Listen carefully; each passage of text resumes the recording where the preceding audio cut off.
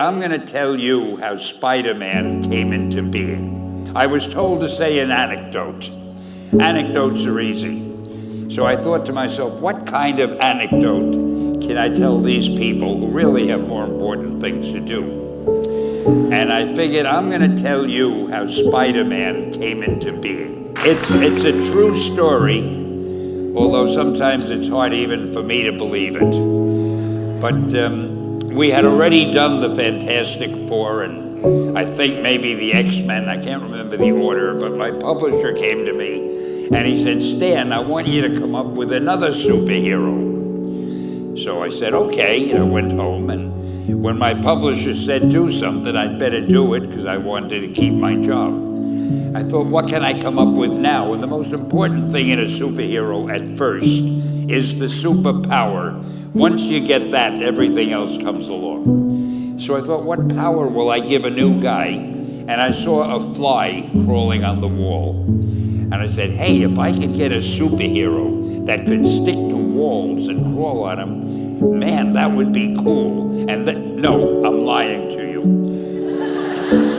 I don't think the word cool was in use then. I probably said it'll be groovy. I'll never lie to you. So I thought that was good. Now I needed a name. So I thought, well, let's see, Fly Man, Mosquito Man. I got down to Spider-Man. Spider-Man. It just sounded dramatic. So, okay, I had my hero, I had his power, his name, and then I figured just for fun, I'm gonna give him personal problems.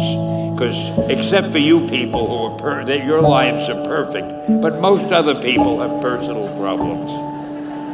And then I thought I'd make him a teenager, because there were no teenage superheroes that I knew of at the time. So armed with all that wonderful material, those great ideas, I ran into my publisher's office and I told him. This was my reaction, the reaction he gave me. Stan, that is the worst idea I have ever heard. First of all, and he started to give me his, because he's a very logical man, very intellectual. First of all, people hate spiders, so you can't call a hero Spider-Man. You want him to be a teenager? Teenagers can only be sidekicks. And you want him to have personal problems? Stan, don't you know what a superhero is? They don't have personal problems. Well, I left the office disappointed, but obviously a much wiser man. And I couldn't get Spider-Man out of my system. So we were about to kill a magazine. I think it was called Amazing Fantasy. It wasn't selling well, and we were sending the last issue to press. When you do the last issue of a magazine, nobody cares what you put in it because the book is dying. Just to get it out of my system, I put Spider-Man in Amazing Fantasy, featured him on the cover, forgot about it. A month later, all the sales figures came in. My publisher came racing into my office. Stan, you remember that character we both loved so much, Spider-Man? He said, let's do him as a series. Now, why am I telling you this? Besides the fact that I have to kill a little time. If you have an idea that you genuinely think is good, don't let some idiot talk you out of it.